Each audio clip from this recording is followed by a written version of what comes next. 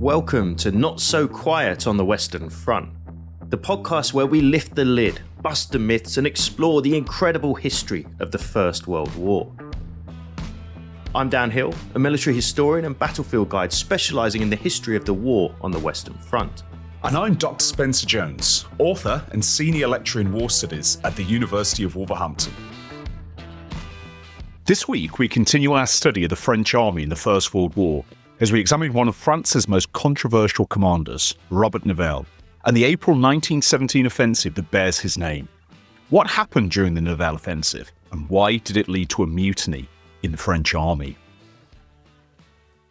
Well, hello James, but not hello Dan today, because once again Dan has left us in charge. He's unfortunately not available to record, but we're continuing, James, our story of the French army, and we've taken it through a real journey, an odyssey, if you will, from 1914 and mobilization, through the battles of 15, through the Inferno of Verdun and the Somme. And we last left the story really at the end, the French army exiting the Somme battle, where, of course, you made a great point that the daily attrition rate for the French at the Somme is even higher than the daily attrition at Verdun.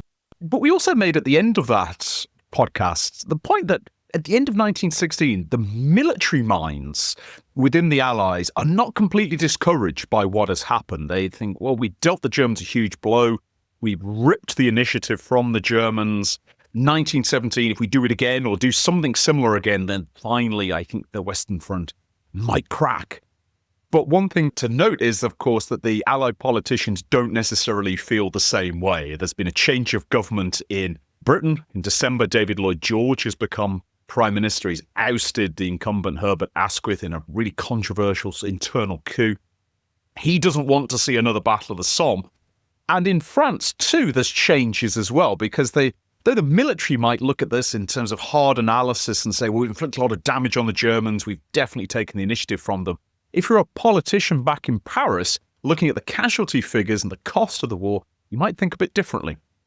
Yeah, it is becoming incredibly difficult for the French army, French officers. I couldn't imagine to be some sort of French civil affairs officer at this time to argue for the continuation of the war in the form that it's going in. There's still obviously this want to kick the Germans out of the occupied territories, reclaim some of the territories lost in 1870. But conditions on the home front are deteriorating. There are strikes. There are horrible working conditions for very little pay among many women who have entered the workforce, many of whom's brothers, fathers, husbands are at the front, as well as those factory workers, the male factory workers, who are struggling to work and maintain that standard of living and feed their families. They're still getting paid more than soldiers at the front, though. But combine these two issues with you're a soldier at the front receiving incredibly poor pay, and then you're getting letters from home talking about strikes, talking about horrible working conditions, talking about some bosses giving leniency and giving a little bit better conditions with protest. The French soldier at the beginning of 1917 is got his eyes forward looking at an enemy trench, but he's got his mind in the rear. He's got his mind thinking about what's going on back home. Is what he's doing, are the sacrifices that he's making at the front worth it for his friends and family back in his hometown? So although morale is relatively high going into 1917, the victory, if you could call it that, with the Somme, as well as the repulse of the Germans at Verdun, gives the French soldiers a sense of confidence in combat. But there are growing social issues and growing economic issues that are constantly going to be on their mind as the Allied war meters are meeting to make their plans for 1917.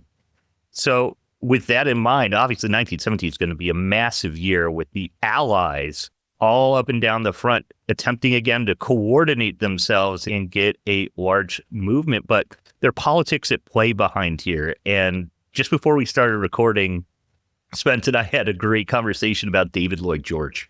And I think it's important to sort of bring him in and mention British High Command and the decisions that they're making with French High Command for the beginning of 1917. Absolutely. And David Lloyd George, probably a future topic for the podcast, but fascinating character, a real political outsider. He comes from Wales. He's Britain's only ever Welsh Prime Minister. Comes from a pretty poor background. Gets his start in politics because he's got support from a comparatively wealthy uncle, but he's such an outsider, and yet he's carved this fascinating career. He's definitely a man of controversial views, but also a man in his era of very progressive and forward-thinking views in certain respects. He's made big changes in Britain. He's curtailed the power of the House of Lords in 1910, which is a huge change, and he's this energetic, charming character in some respects, but he's got a ruthless streak as well. And crucially, he's also got serious moral failings. He treats his wife and family appallingly. His affairs are the stuff of legend. His financial affairs are disastrous. He's always taking loans, and he is open to bribery. In fact, that will ultimately be what ruins his political career in 1922. So he's this complex character. Definitely has talent and ability, but also has this complex background. And in 1916, he's come to overthrow, effectively, internally the British government. And his old friend, the incumbent Prime Minister Herbert Asquith, has gone. And Lloyd George is swept into this new government on the promise that the war's going to be fought differently. Because really, since 1914, Lloyd George has been against the idea of offensives on the Western Front. He's not a military man. He's a self-confessed military amateur. But he's visited the Western Front in 1914. And he's actually said, there's no way we're getting through this. And he's never really wavered from that opinion. And through 16, the British, of course, have suffered some 420,000 casualties on the Somme. Lloyd George is appalled by this, and he's appalled by the fact the military seems to have no other idea coming into 1917 than doing it again. And so he's swept in, really on a promise that things will be different. And his famous slogan is there's going to be knockout blows dealt not just against Germany, but against Germany's allies. And one of the things Lloyd George is always looking for is an angle whereby not even necessarily the British, but somebody can get at a German underbelly. So he's very fond of the idea of an offensive in Italy. He's fond of operations in the Middle East or in the Balkans. Anything really to avoid another battle of the Somme. He doesn't really get on with British High Command. He can't charm them. They don't like him. They don't trust him. And yet, so he's arriving and he's looking for something new. And he's arriving, really, and this is an unfortunate piece of timing for the Allies, in some ways at the worst possible time. Because, of course, James, as he's arriving and he's looking for this new option, he's looking for somebody to tell him that they have a way to break the Western Front. They have a way to turn the tide. We don't have to have another year of attrition. And into this comes perhaps one of, I would say, the most controversial French commander of the First World War, and that's Robert Nivelle. And I wonder if you could, just for the listeners, Jen, just give us a pen portrait of Robert Nivelle. Who is he? Where's he come from? Why is he such an important figure in 1917? Robert Nivelle is a really interesting character. And the reason that I mentioned we should bring David Lloyd George in the conversation is because he's a key reason for Nivelle being placed in command of the French army. Nivelle is half English. He speaks English fluently and is very much an Anglophile. And so this charming tone in which this half English French general is able to sort of soothe the British allies is part of the reason they push for his place in command. He had started the war as a junior officer commanding battalions, or regiments, and then later divisions. He becomes famous for his actions at the Battle of Verdun, where he commands a infantry corps during counter-assaults, which end up retaking ground around Douaumont, becomes somewhat of a household name, at least in military circles, for this success. And he proclaims in 1916, after his assaults, that I've discovered it. I found the way to beat the Germans. We just need to do this, use my tactics, in all honesty, very good tactics of the creeping barrage, of precise infantry assaults, of small groups of men moving through no man's land to take the disoriented German positions.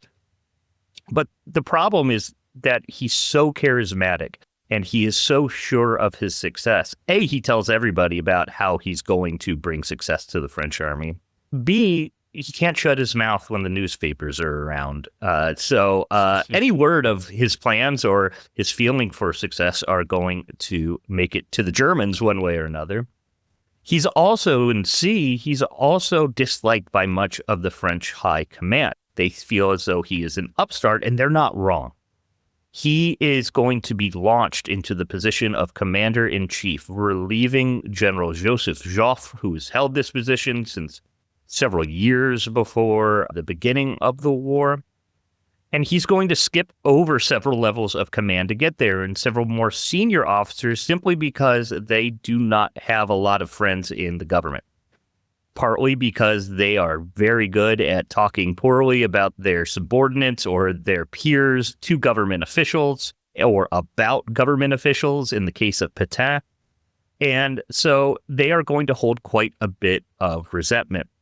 Because of his attachment to England and because of this skipping over of several ranks, Nivelle is always going to be kind of trying to drive the horse with the cart in front. His subordinates are constantly going to be making decisions that might not be the right ones, but he is not willing to contradict them. Additionally, he is making statements of, well, we're going to do this. I'm going to achieve victory in our next offensive in 48 hours or less.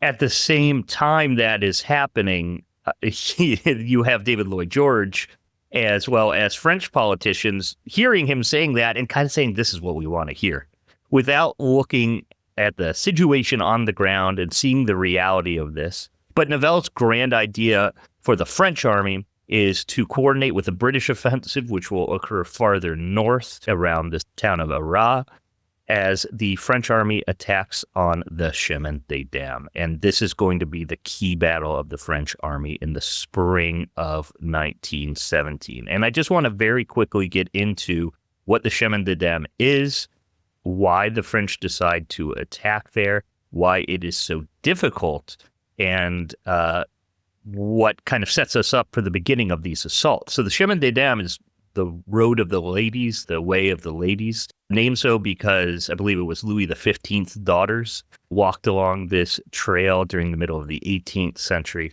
And the road runs along this high ridge. So if you look to the south, it is almost a cliff-like drop-off. And French soldiers call it a cliff during this time, going down towards the valley of the Aisne River. This has been a somewhat quiet sector through much of 1915 and 1916. There was very intense fighting here during the First Battle of the Aisne in 1914, and had not been this first battle fought here, of course, throughout Europe, and particularly this part of France, battles fought throughout history. But one thing that visitors will note if they go to the main visitor center, which is at the Caverne du Dragon, the Dragon's Lair, the Dragon's Cave, which is this underground position occupied by both sides, is there's a monument to the 1814 Battle of Croix, which occurs on the site of most of the fighting in 1914 and 1917, where Napoleon is fighting the Russians and the Prussians trying to get to Paris. So there's also a very close by, one of Caesar's battles against the Gauls is also very close by. So this is a site that's been fought over for centuries, but has remained quiet in 1915 and 1916 for the most part. So this is one of the reasons the French believe that this is the area to attack. It's not an area that has been heavily trod over by artillery. That in itself is going to lead to some issues, as Nivelle's brilliant tactics are mainly used on lines of Germans and cratered shell holes at Verdun, where it's impossible to have one solid trench line by the point of the battle he's there. And the ground is also incredibly hard. It's incredibly rocky. There are lots of these underground caves. A lot of them are medieval quarries that are still in use by soldiers on both sides. The Caverne du Dragon is a key one. Then this is where the visitor center on the battlefield is today, and you have to go visit it. It's incredibly impressive to walk around. But this assault is planned. This breakthrough is aiming at getting at Laon, the major French town just to the north, sort of cutting off this German salient in the Allied lines. But this all has to be undertaken with the British as well, conducting their own offensive. So what is the overall Allied strategy of going into these assaults in April of 1917 before we get in detail in the Chemin des Dames? Well, it's really interesting, actually, James, because the Allies have this developing tension within how they're going to approach the war. Germans also got a lot of tension in early into 17. The German army has basically said we cannot win a decisive victory over anybody in 1917. We might be able to damage the Russians, but we're unlikely. There's no prospect of an offensive in France. Initially, there's no plans for an offensive in Italy, and the German approach is quite literally, we're just going to hold out. We're going to hold on and hope that something good happens. And the good thing they're hoping is going to happen is the U-boat offensive, the renewed U-boat offensive, will hopefully knock Britain out of the war before the United States, which will be brought in by it, becomes a serious factor. So Germany doesn't really have a strategy in 1917. It's gambling everything on these U-boats. It doesn't have a real land strategy apart from dig in and hold on. But the Allies themselves, at a military level, I think what the Allies would like to do is really do the general offensive of 1916 again, and perhaps plus. And there's various discussions in early 17 in Britain.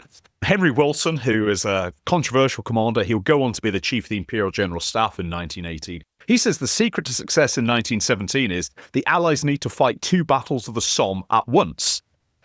In purely military terms, he has a point. One thing the Germans desperately want to avoid in 1917 is a renewal of what they call Somme fighting, which sort of captures this relentless, very attritional fighting where the Allies can bring all their material strength onto them, and the Germans have to fight back with flesh and blood, and steel against flesh and blood. It's an unequal contest. The Germans do want to avoid that.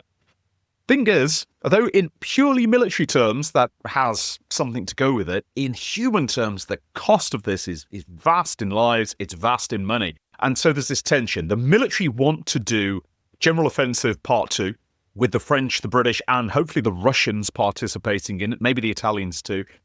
But politicians are very, very concerned about this. They don't really want this again. And so it puts, particularly Lloyd George, in an awkward spot. And this is where Robert Nivelle's appearance is so crucial and in the long term is going to be such a problem for British civil-military relations, because Robert Nivelle seems to be everything Lloyd George has been dreaming of. Here's a commander who isn't promising more attrition, more grinding fighting that's going to cost hundreds of thousands of lives. Robert Nivelle is explicitly promising a breakthrough within 48 hours, and he tells Lloyd George, once that's happened, the British and the French will, and I love this quote, they will reap a splendid harvest of glory, and the war's going to be over. And for Lloyd George, who wants these knockout blows, he wants to see decisive operations, not attritional operations, Nivelle is everything he's been looking for. And Nivelle's a charmer, as you say, James, he's half English, he speaks English, brilliant. He's everything to Lloyd George that Douglas Haig, commander of the British Army, and William Robertson, the chief of the General Staff, are not.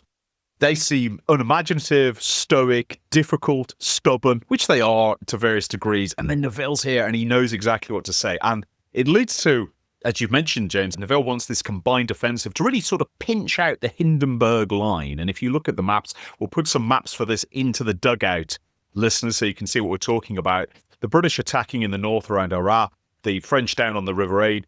If those 2 breakthroughs occur, it's going to cut off the entire new section of the Hindenburg line, pinch out this German position. So, promising position there. But to make this happen, you need a combined offensive. And Nivelle basically sells this to Lloyd George, who's so taken in by it, he makes a really cack-handed, politically almost suicidal attempt to put the British Army under French command. And in 1917, that's political dynamite. The British Army has gone to war with explicit orders, fight with the French, but don't come under their command. Whatever you do, that's it. The British Army is independent. It must fight independently. And Lloyd George calls this meeting down in Calais. He brings together Robertson, he brings together Douglas Haig, and basically sells this very shady story about, right, you're going to be under Nivelle's command now. And the British Army reacts violently. There's threats actually from the high command. We'll go to the king with this. That's how severe the problem is. And the king, though he doesn't have a constitutional role in the sense that he can overrule the government, his word is still very influential in 1917. That's a problem. And ultimately, Lloyd George has to back down. He's only been Prime Minister a few months. This happens in February 1917. He has to back down. But crucially, he's poisoned his relationship with Douglas Haig and with William Robertson. Now they don't trust him at all. They didn't like him to start with. They're a bit suspicious of him.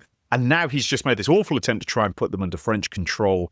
They've reacted violently and say, well, this guy can't be trusted. He's going to stab us in the back and so on. But the British do agree to cooperate alongside the Nivelle offensive, as initially do the Russians. But in the wider strategic picture, the Russian Empire is on it's about to collapse. Its internal pressures are just overwhelming now.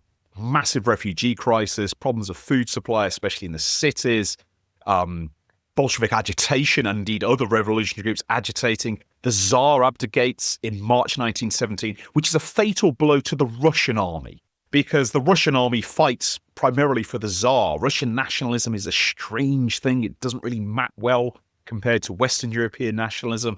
And the disappearance of the Tsar, if you're a peasant soldier, the provisional government in St. Petersburg or Petrograd means absolutely nothing to you. It's an abstract concept, whereas the Tsar is a definitive concept. Russian army basically starts to crumble from this point on. So what this means, and coming back to Nivelle and his offensive, is almost as soon as the idea has been conceived, the foundations of it are falling apart. The British are going to cooperate.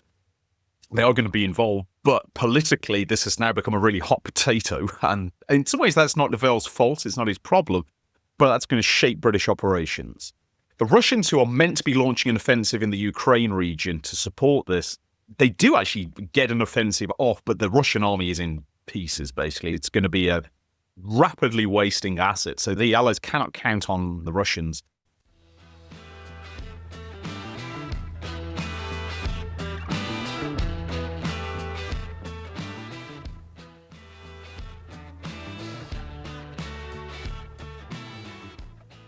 And it's into this that, whereas perhaps in December 1916, all this looked very promising, by March and coming into April, it's not looking so promising, and yet the offensive is still going to go ahead, and Nivelle has in no way reduced the expectations of the offensive. If anything, I think, James, he's built them up, in fact, through March and into early April. Yeah, he's proclaiming victory within 48 hours, or he's going to leave the job. He's got the plans. He's a member of the School of Verdun, which produces many French generals towards the end of the war. He's got the key to success. The French army is in a good shape in terms of morale, in terms of physical fitness, in terms of supply, in terms of their ability to concentrate. They're going to launch their first tank assault, which we'll get to in a second, during these assaults. And they see the success that the British and Dominion forces achieve on the first few hours, at least, up to the first few days of the Battle of Arras, specifically at Vimy Ridge, and then in some other sectors of the line. And so there's this high morale going in. The French are ready to take this ground, push forward. And on the morning of the 16th of April, very early in the morning, the assault begins. And the French soldiers move into no man's land. And once they get to the middle, the inevitable happens. Machine guns open up on them from all over. The Germans dug into these specific deep positions. As again I mentioned, the caverns, the tunnels underground are pouring fire into the French. And there is immediate stopping of this assault in multiple sectors. Even in areas where the French are able to get into the German lines, they're quickly pushed out by this new German method of Gegenangriff, and I apologize for my German pronunciation, but counterattacking. They will let the French into their first line. If the French and or the British get into their first line, the point is to have them be so exhausted by being able to achieve the ground that they're able to, that the main German force, which is held in reserve, is going to counterattack and break up the shattered and tired Allied forces. And this is what happens. There's one account of a German soldier named Unteroffizier Schallhorn of the Grenadier Guard Regiment number 3, who remembers what it was like to be in the front line of these French assaults during the day, being caught in one of these tunnels. And he said that the French placed themselves at the entry and exit of the tunnel and bombarded us with hand grenades and gas bombs to wear us down. However, in this, they were able to be disappointed because they could achieve nothing from this bombardment, and we continued to occupy the entrance and exit to the tunnel just as before. They tried to find another way to force us out of the tunnel. A French captain directed a medical orderly from 9th Company, who had been captured that same day, to shout into the tunnel that we should surrender. This demand for our surrender was repeated several times. Neither Kernke nor the entire platoon have any thought of doing such thing. The French then dispatched the medical orderly into the tunnel to tell us to surrender. They had no luck with this either. We kept them with us and went on occupying the tunnel. They then tried storming the tunnel, and several of them were shot down by the entrance to the trench. Towards the evening, the French were ejected by a counterstroke delivered by the 9th Company from the 2nd Trench, and we were freed from our dangerous position. Other parts of the line see new tactics, new lessons being learned by the French in bloody, devastating actions. In the town of Berry-au-Bac, the French launched their first tank assault of the war. And it gets into the early usage of tanks. And just as a comparison, I know we had our Somme episode, but can you talk a bit about the British experience with tanks at the late stages of the Battle of the Somme, and before we jump into exactly what happens to the French? Absolutely. And so we've covered tanks in, I think it was episode 12, I think was tanks a long time ago, due a revisit. But of course, what we have to remember with tanks is that they're completely new. Nobody has ever fought from a tank in human history until the first tanks go into action on the 15th of September, 1916. And the British experience with tanks has been a really brutal learning curve. The various problems that occur when tanks are in battle only become apparent once you put them into action. So, for example, the lack of visibility in a tank is pretty acute. Once you're buttoned up, once all your hatches are closed for protection, you have your vision slits, very narrow, very difficult to see. The tank itself is deafening on the inside. The only way that crew can actually communicate with each other is hitting each other on the shoulder or on the back and indicating with hands. The carbon monoxide that builds up within a tank is poisonous and will ultimately disable a crew. Not permanently, but you'll be effectively completely ineffective for about 24 to 48 hours while your body purges the carbon monoxide. It's very hot. It's about 50 degrees centigrade once the tank gets into action. And although tanks are largely immune to small arms, they're not completely immune to small arms. So a German machine gunner pours an entire belt of ammunition into you. You will get some damage to your tank, and the effect is known as spalling. At the time, it's actually known as flaking, which I understand now is considered something different. But in 1916, the term used is a little bit different. What this means is bullets hit the outside of your tank. They create this little bulge inside the tank. The armor holds, but this bulge appears. Tiny pieces of metal come flying off this, and they're red hot, and they are razor sharp. And they'll ricochet all around the tank compartment. They'll cut you. If they hit you in the eye, they'll blind you. And it's a really serious problem when you're being hit with masses of small arms fire. Your fighting compartment is filled with these flying bits of metal that cut you and blind you. And in fact, the British will start introducing chainmail masks to protect crewmen from these flying pieces of metal, which just adds to the heat and the weight in there. Nevertheless, tanks have actually been promising. There's not that many of them on the Somme. The British will build more and more, put more and more into action, slightly better tanks as well. The Mark IV will become the workhorse in 1917. Tactics and training will improve. And of course, the French as well, James, they have their own tank arm, the Artillerie Spéciale, and their tanks are a little bit different. And there hasn't been much cooperation, it has to be said, between the British and the French and their tanks. The French have actually asked the British, don't use your tanks too soon because we want to use them, surprise the Germans. British have ignored that and used them anyway. And that is still a debate, was the right thing to do. But this is the first time that the French armoured branch is going to go into action. And can you tell us a little bit about the French tanks that are going to be fighting here? Because they're quite different to the British tanks. Yeah, the French tanks that you're going to see in action are of the Schneider model in 1917. And then the French are going to go through multiple models of tank during the First World War. And each is going to have its own uses as it's designed, with arguably the FT-17 being the most successful. But at this point, the French tanks, which are going to be in this assault, are basically these giant boxes with machine guns. If you look at a photo of a Schneider, it has this large ramp on the front to help it traverse trenches and get out of shell holes. It's got multiple crew members, each with their own jobs. But the point of this tank is very much to be an infantry support weapon, which is kind of in contradiction to how the French use it.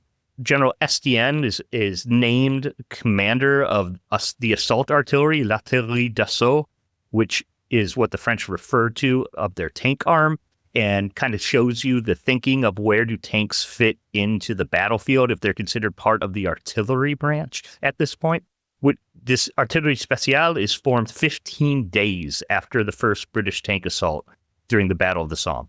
So they see the British have let the cat out of the bag. It's time to form their own groups and begin planning their offensives. And here at Berry-au-Bac on the morning of the 16th of April, they're going to go through a very similar experience to the British, and as the Americans will go through as well, is just trying to figure out what these things are for.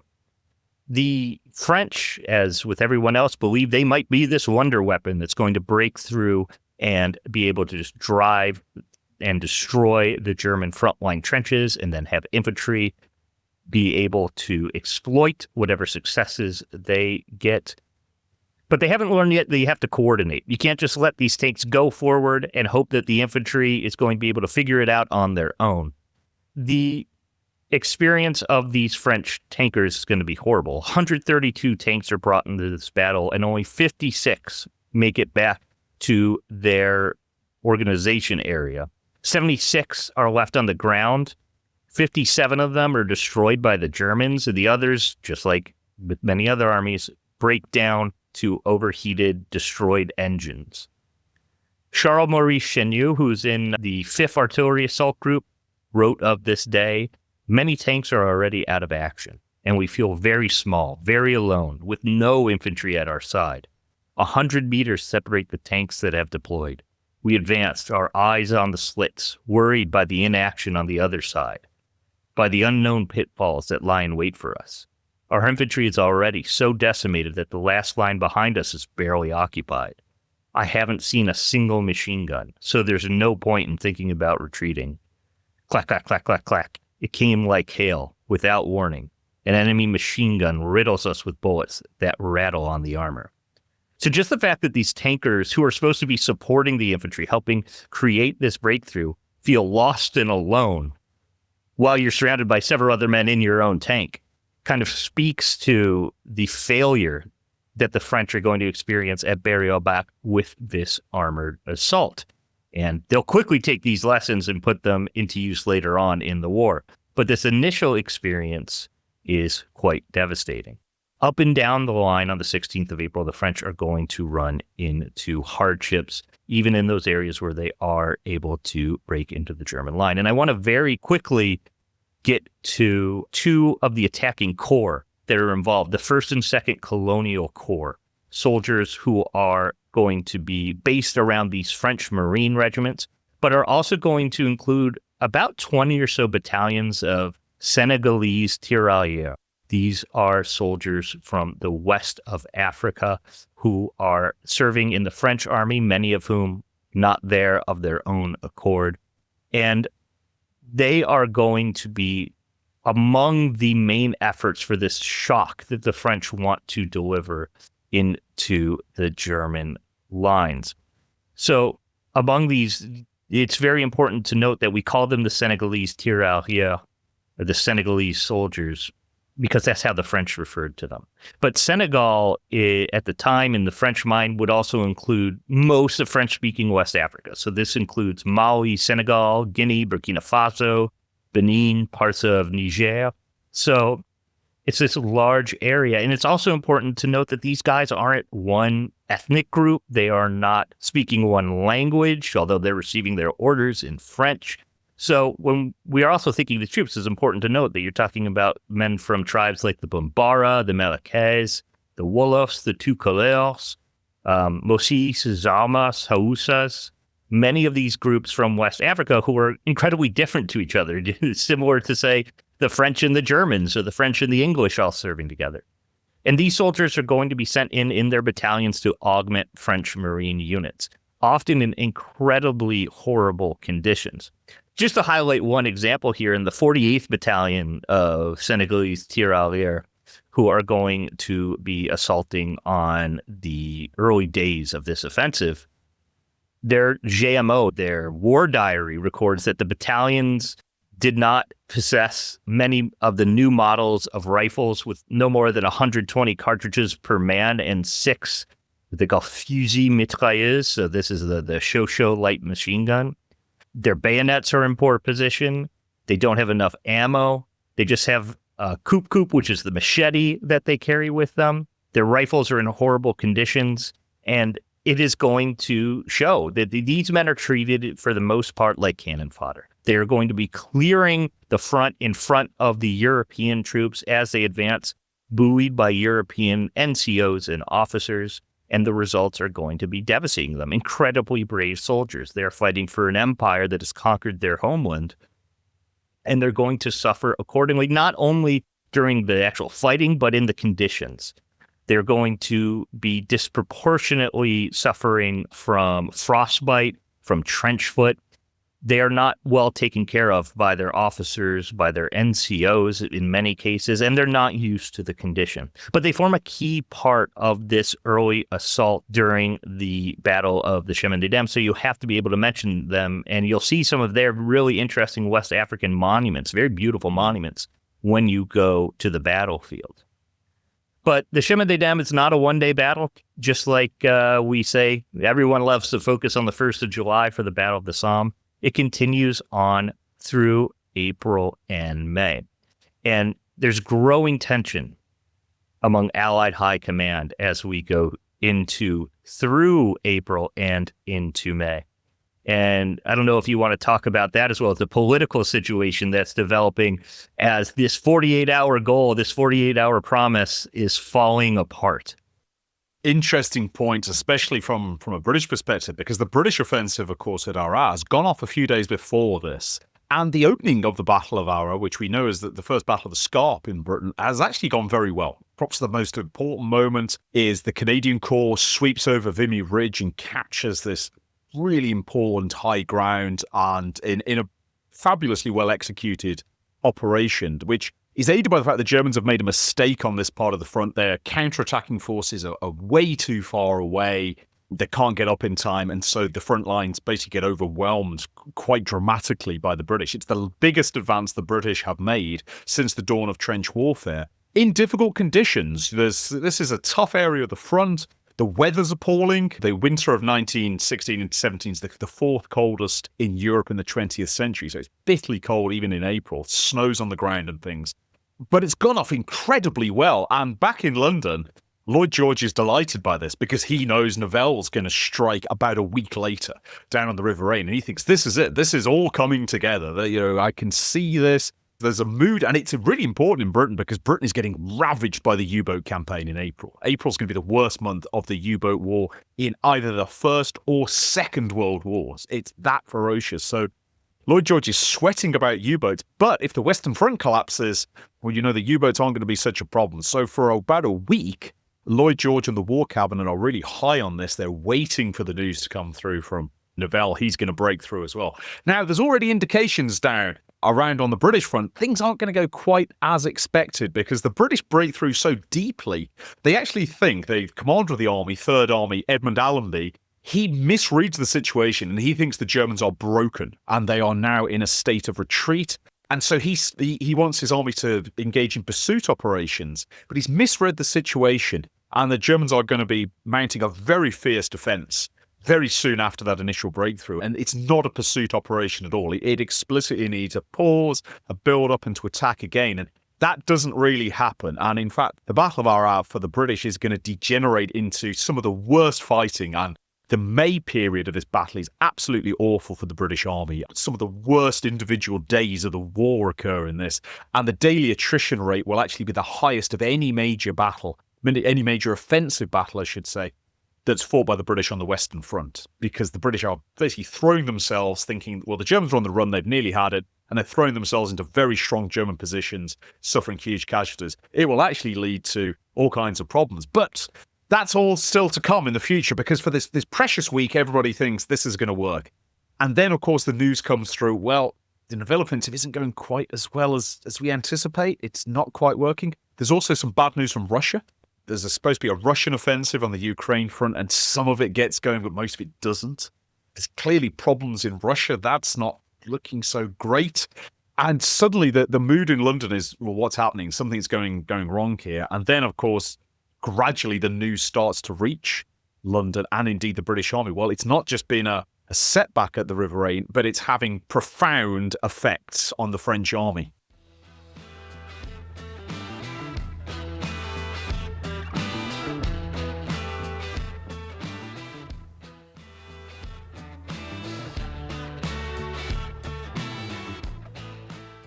The French army will fight through April, slowly but surely, as Nivelle is facing more and more pressure from both above and below to come through on his promise.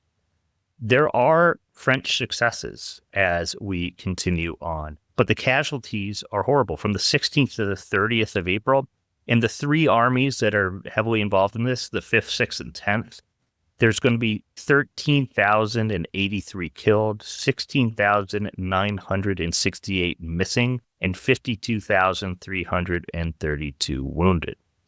This isn't going to stop this action. In early May, the French are going to be continuing to slowly but surely nip away. One specific action at Croix in the first few days of May will see the town absolutely wiped off the map. On the Plateau de Californie, French soldiers will be clearing the Germans out from underground positions. For those of you who pay attention to news from the battlefields of the past few years, this is where the famous Winterberg Tunnel is, where German soldiers trapped inside during this French assault likely died of asphyxiation, and this area was recently found, and both the French and German authorities are working to recover those who were killed in the area and have them be buried, but it is disastrous. By the 15th of May, the French government has had enough. Nivelle is relieved. Pétain takes over. This is where we enter one of the most mythologized periods of the First World War. This is the French army's period of mutiny.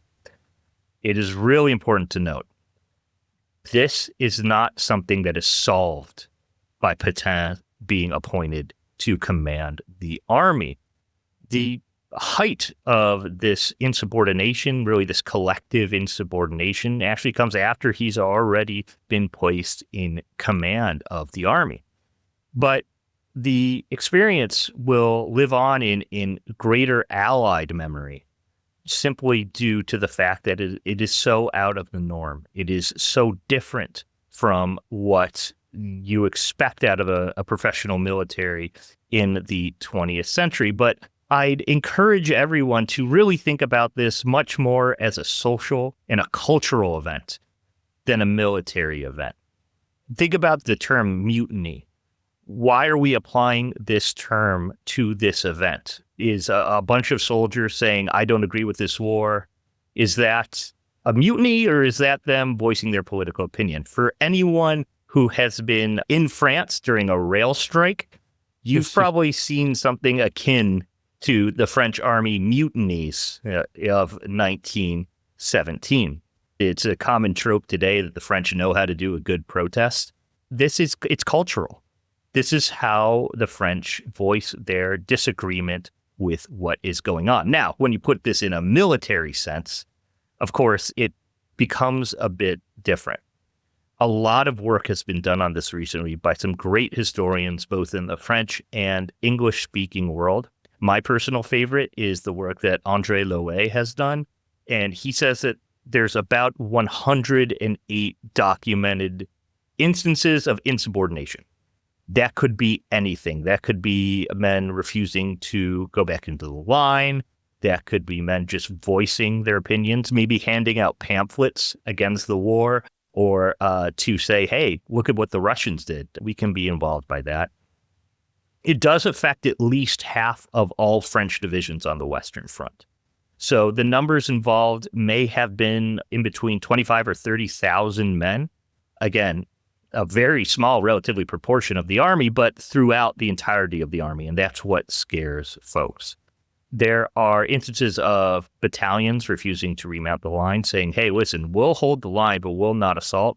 Others completely refusing to go into the lines at all.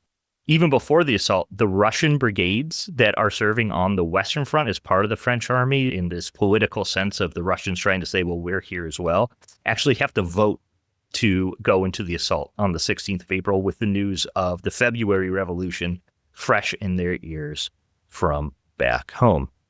The 18th Infantry Regiment, the regiment that takes Croix in early May and pushes through that Winterberg area where the German soldiers are holed up, has a battalion form and basically say, we're going to the train station and we're going to Paris to voice our opinions.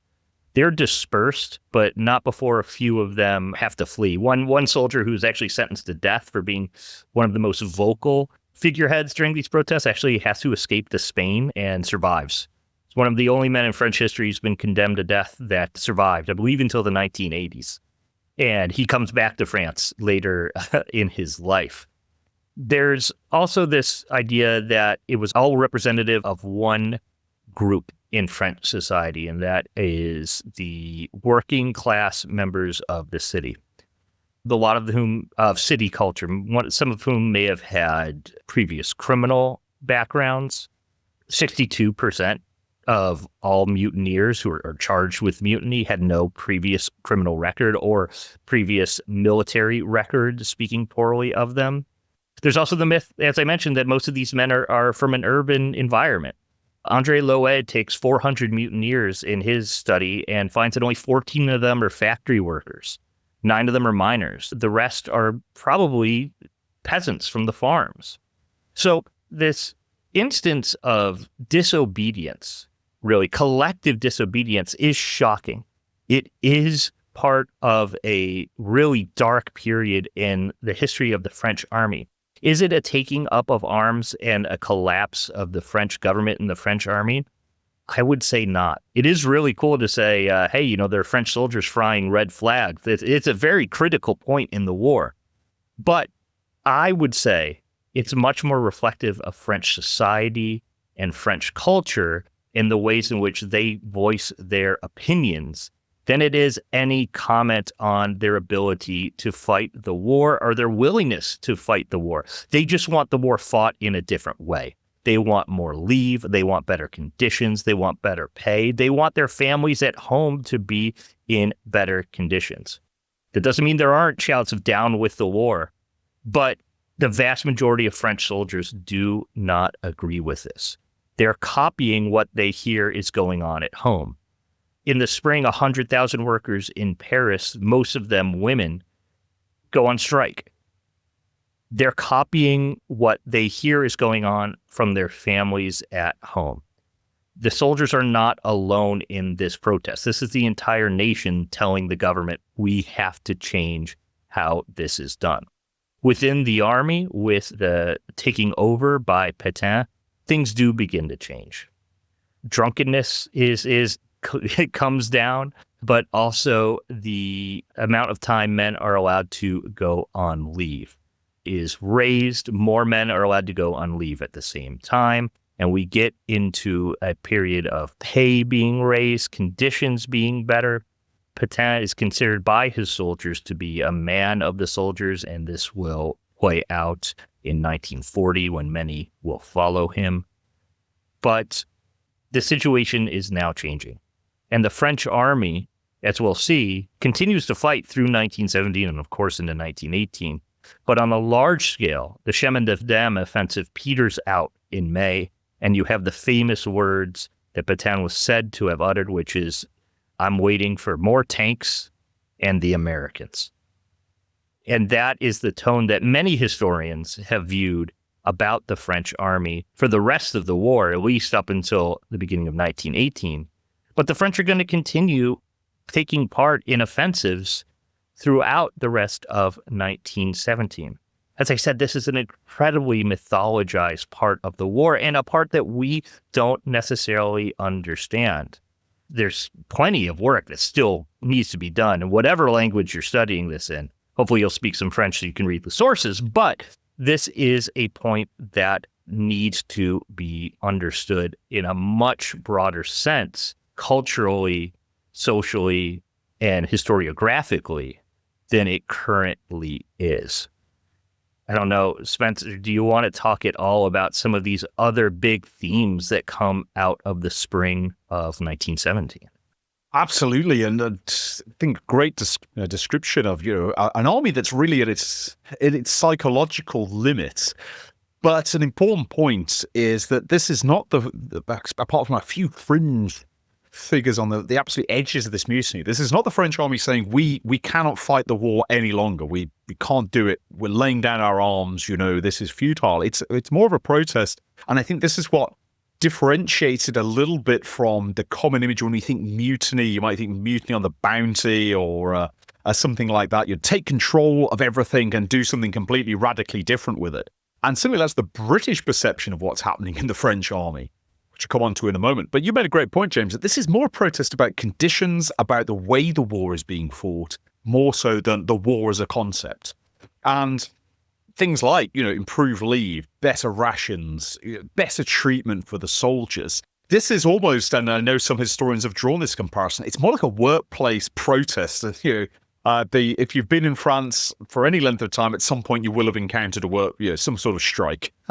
Listeners, it's definitely a feature of traveling around, and I've certainly run into those, listeners, you might have too. And the French army has this sort of tradition of labour, or not the French army, the French society has this tradition of labour protests, and you mentioned right at the start of the episode, James, there's tension on the home front as well, that conditions are poor.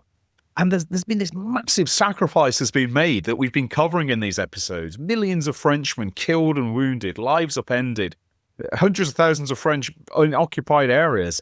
And yet still the war is not going the way the French people would want it to. They're still being asked to make more and more sacrifices. And ultimately the army says, we're not doing this anymore. And I think the fact that Nivelle has built up this image with his publicity tours, and there's no attempt at secrecy at all. The Germans know he's coming. That all this has happened. He's built up this expectation. He's built up and built up and built up. And on top of that, another factor which has also, I think, contributed to French expectations, this is it, we've reached the turning point, is America enters the war at the start of April. And that's greeted in some of the biggest cities in France with almost euphoric scenes. People running into the streets, celebrating. Of course, America and France have a much closer relationship in 1917 than Britain and France do. The legacy of the revolution still felt very keenly, and the connections between the two nations are much stronger than perhaps we remember today. And so there's this sort of euphoria in certain parts of French society. The Americans are here. How can we lose now?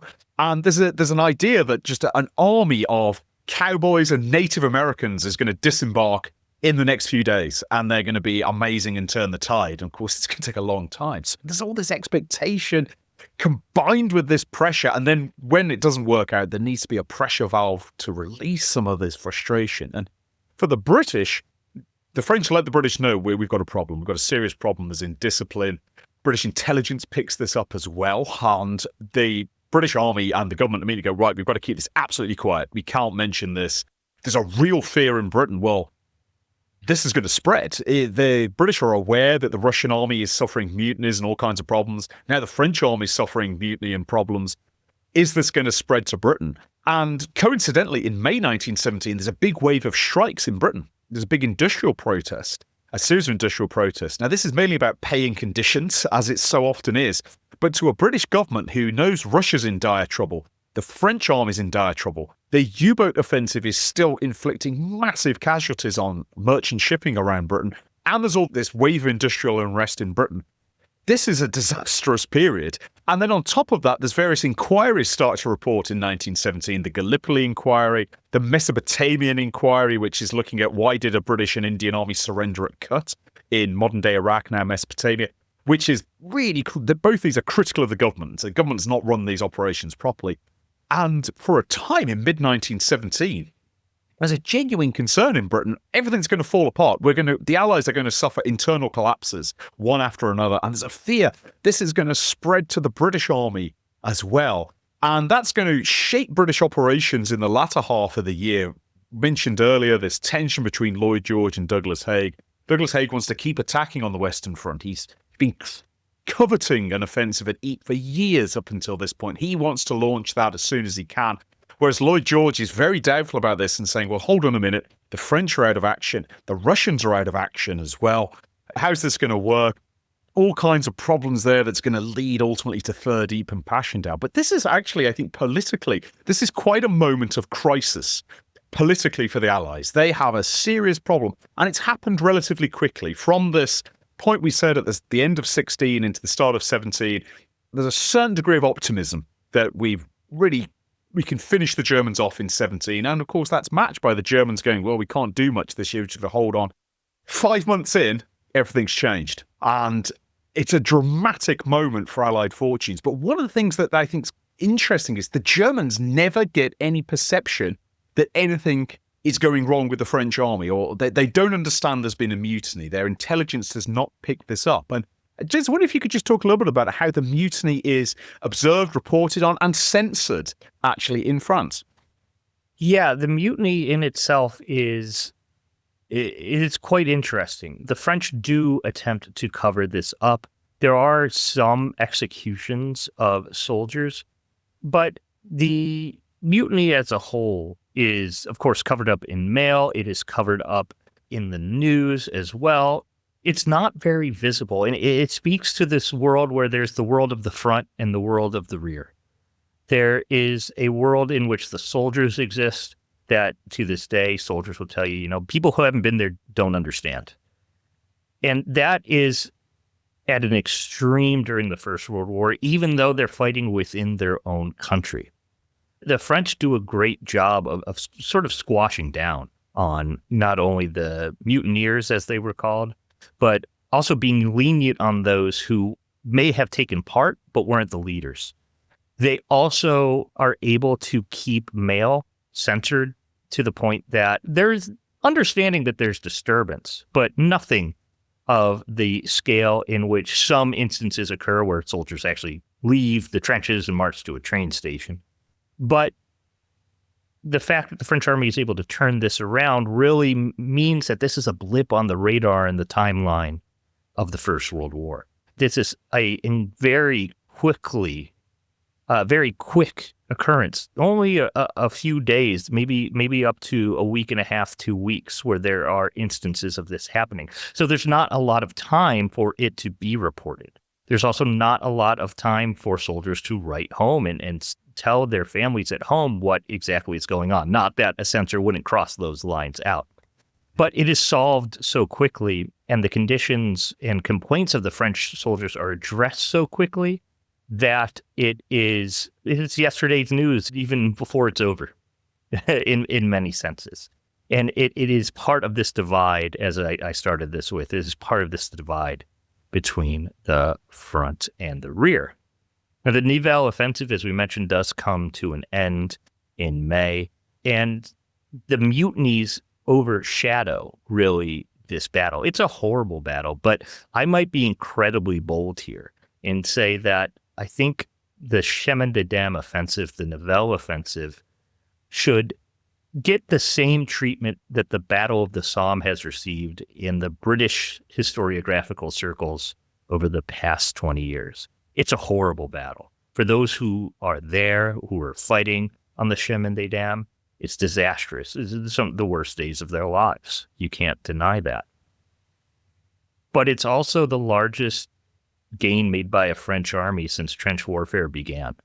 Sixth Army in particular which is one of the main armies involved in this assault. The 4th, 5th, 6th, and 10th take 28,500 prisoners and 187 guns. So in terms of trench warfare, bloody, horrible. The goals are set far too high, but there is still a success in the idea of trench warfare as it's understood in 1915 and 1916. The problem is it comes in 1917 when more is expected and is overshadowed by arguably a much more interesting story for a majority of the world who aren't military history nerds like Spencer and I about the mutinies. So it's something that's still incredibly misunderstood, I think, and it's something that will take a lot more research to really look at how this plays out. I was just looking through a few websites as we prepared for this and noticing how little is given to the actual battle of the Chemin des Dames in a lot of reports compared to how much is given just on the mutinies which followed it. So I think from a military history perspective, there's a lot more to be said. But going into the summer and the fall of 1917, it's going to be a somewhat different French army. They're going to be fighting battles alongside the British at Ypres. They're also going to be fighting their own small offensives. And one that I'm particularly interested in, because I'm writing about it for Spencer, is a battle they're going to be fighting in Washington, D.C. as well against the British to get figure out who's going to get the majority of American support. So the French army is not out of the fight. There is definitely a bloody nose, just as the British have received on the Somme, but they are still the leading Allied power on the Western Front in the summer of 1917. This is going to change, but the French army is going to continue to be a force to be reckoned with and take part in battles as we continue into 1917. And we will, of course, be continuing this survey of the French army, in with it all the way from the pre-war period right up until the mutiny now. And we'll be continuing that look in future episodes as we ultimately take the French army to the armistice itself. But just to conclude, James, just wanted to thank you for your knowledge and insight on this episode. And listeners, invite you, if you've not already, to check out the Dugout, which is our members area. You can find the link to this in the show notes. We've got a great community there, lots of interesting stuff, whether you join just to sort of show support for the podcast, or you join at a higher tier so you can get some of the exclusive perks. There's something for everybody. And we're offering you a free month as well for a new arrival. So do come and check it out. James is active there. I'm active there. And it's a great community where we continue these discussions. But for now, James, thank you for your time and your interest. And thank you, listeners. We will be back in the not too distant future to continue our survey of the French army. You've been listening to Not So Quiet on the Western Front, a Battle Guide production. If you've enjoyed this podcast, why not check out the Battle Guide YouTube channel, where we regularly release documentaries exploring some of the most famous and extraordinary episodes from throughout military history. If you'd like to support the Battle Guide team to create more content just like this, why not head over to our Patreon, where for the cost of just a cup of coffee, you can get access to full-length virtual battlefield tours, exclusive behind-the-scenes content, decide which subjects we cover in future podcasts and videos, and join a fantastic community of like-minded people. That's all this time. See you again soon.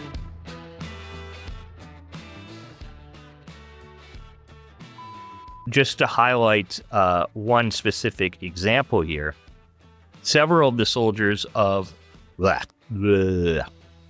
lost it. There we go. Sorry about that.